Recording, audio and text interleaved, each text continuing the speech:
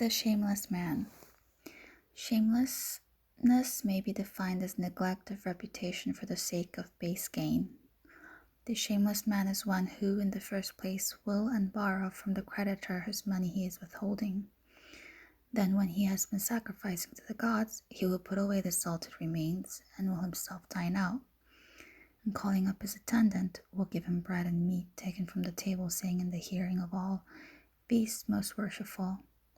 In marketing again, he will remind the butcher of any service which he may have rendered him, and standing near the scales, will throw in some meat, if he can, or else a bone for his soup. If he gets it, it is well. If not, he will snatch up a piece of tripe from the counter and go off laughing. Again, when he has taken places at the theater for his foreign visitors, he will see the performance without paying his own share, and will bring his sons too and their attendants the next day. When anyone secures a good bargain, he will ask to be given part in it.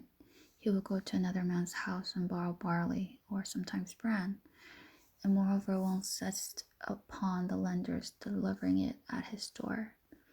He is apt also to go up to the coppers in the baths, to plunge the ladle in, amid the cries of the bathman, and to souse himself, saying that he has had his bath, and then as he departs, no thanks to you.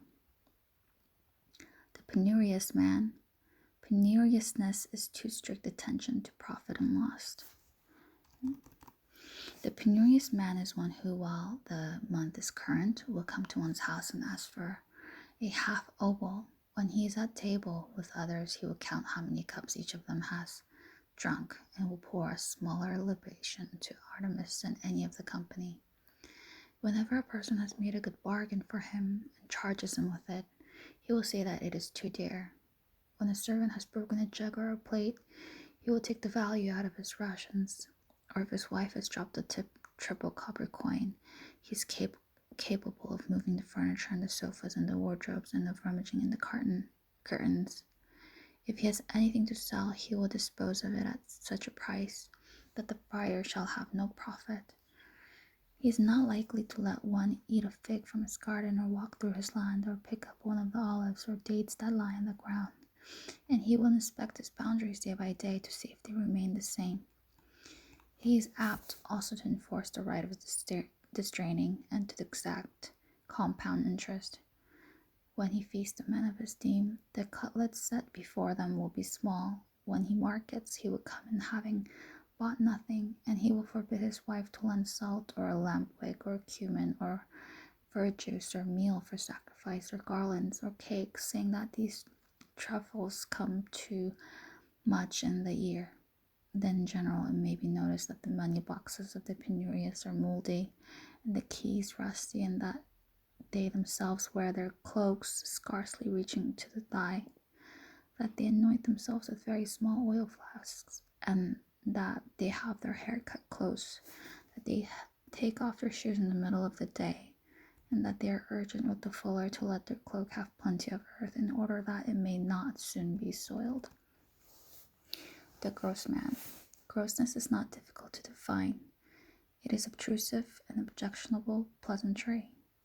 The gross man is one who will insult free-born women, who in the theater will applaud when others cease, and hiss the actors who please the rest of the spectators. When the marketplace is full, he will go up to the place where nuts or myrtle berries or fruits are sold, and stand munching while he chatters to the seller. Then he will call by name to a passerby with whom he is not familiar, or if he chance to see persons in a hurry, he will cry stop, or he will go up to a man who has lost a great lawsuit and is leaving the court, and will congratulate him. He will do his own marketing and hire flute players. Moreover, he will show to everyone who meets him the provisions that he has bought, with an invitation to come and eat them, and will explain, as he stands at the door of a barber's or a perfumer's shop, that he means to get drunk. His mother having gone out to the soothsayers, he will use words of evil omen, or when people are praying or pouring libations, he will drop his cup and laugh as if he had done something clever. Also, when the flute is being played to him, he alone of all the company will beat time with his hands and trill an accompaniment, and will reprove the player, asking why she did not stop sooner. And when he desires to spit, he will spit across the table at the cupbearer. The unseasonable man. Unseasonableness consists in a chance meeting disagreeable to those who meet. The unseasonable man is one who will go up to a busy person and opens his heart to him. He will serenade his mistress when she has a fever. He will address himself to a man who has been cast in a surety suit, request him to become security. He will come to give evidence when the trial is over. When he is asked to a wedding, he will inveigh against womankind. He will propose a walk to those who have just come off a long journey.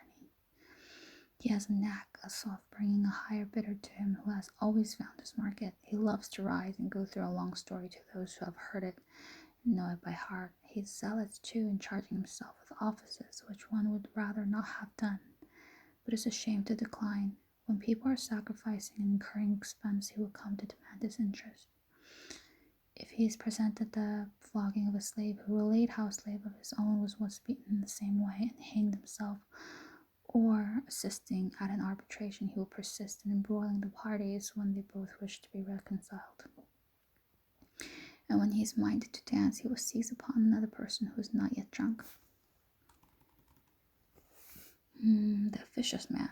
Officiousness would seem to be in fact a well-meaning presumption in word or deed.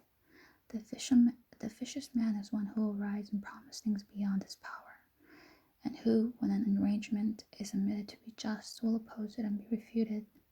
He will insist too on the slave mixing more wine than the company can finish. He will separate combatants, even those whom he does not know. He will undertake to show the path, and after all be unable to find his way. Also, he will go up to his commanding officer and ask when he means to give battle, and what is to be his order for the day after tomorrow. When the doctor forbids him to give wine to an invalid, he will say that he wishes to try an experiment and will drench the sick man.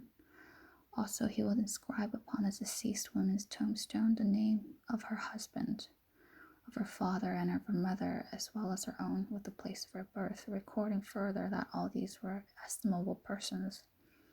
And when he is about to take an oath, he will say to the bystanders, "This is by no means the first that I have undertaken." The stupid man. The stupid man. Stupidity may be defined as mental slowness in speech and action.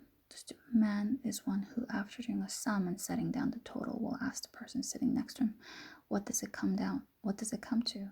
When he is defendant in an action and it is about to come on, he will forget it and go on to the country.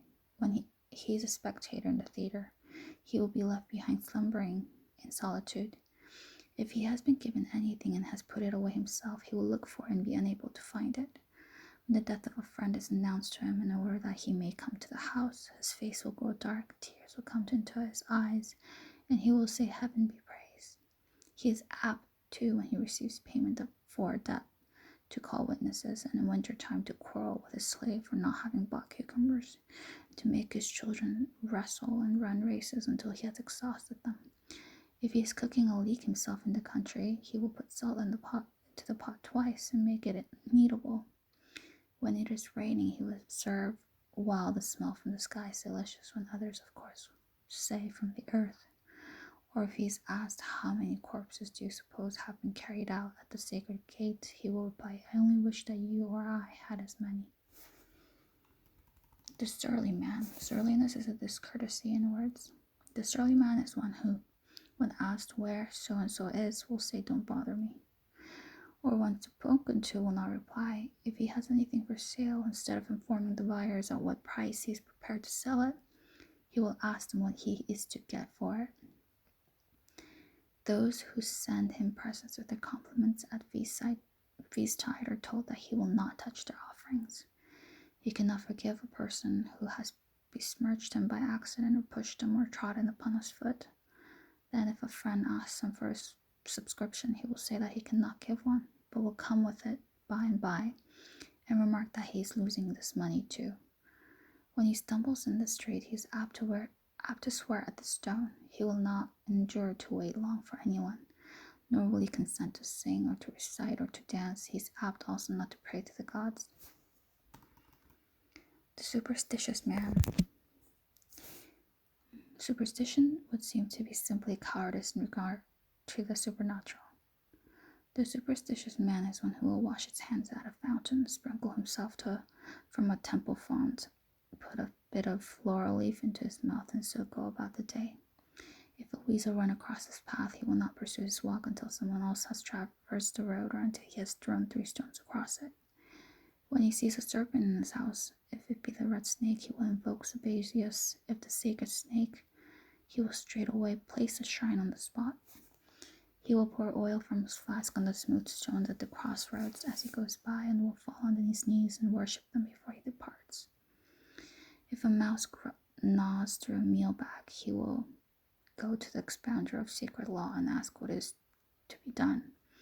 And if the answer is give it to a cobbler to stitch up, he will disregard the counsel and go his way, and expiate the omen by sacrifice. He is apt also to purify his house frequently, alleging that Hecate has been brought into it by spells, and if an owl is startled by him in his walk, he will claim glory be to Athene before he proceeds. He will not tread upon a tombstone or come near a dead body or a woman defiled by childbirths, saying that it is expedient for him not to be polluted. Also on the 4th and 7th day of each month, he will order his servants to mull wine and go out and buy myrtle wreaths, frankincense, and smilax, and on coming in will spend the day in crowning the hermaphrodites. When he has seen a vision, he will go to the interpreters of dreams, the seers, the augurs, to ask them to what god or goddess he ought to pray. Every month he will repair to the priests of the Orphic mysteries to partake in their rites, accompanied by his wife, or if she is too busy, by his children under nurse. He would seem too to be of those who are scrupulous in sprinkling themselves with seawater. And if ever he observes anyone feasting on the garlic at the crossroads, he would go away, pour water over his head, and summoning the priestesses, bid them carry a squirrel or a puppy around him for purification. And if he sees a maniac or an epileptic man, he will shudder and spit into his bosom.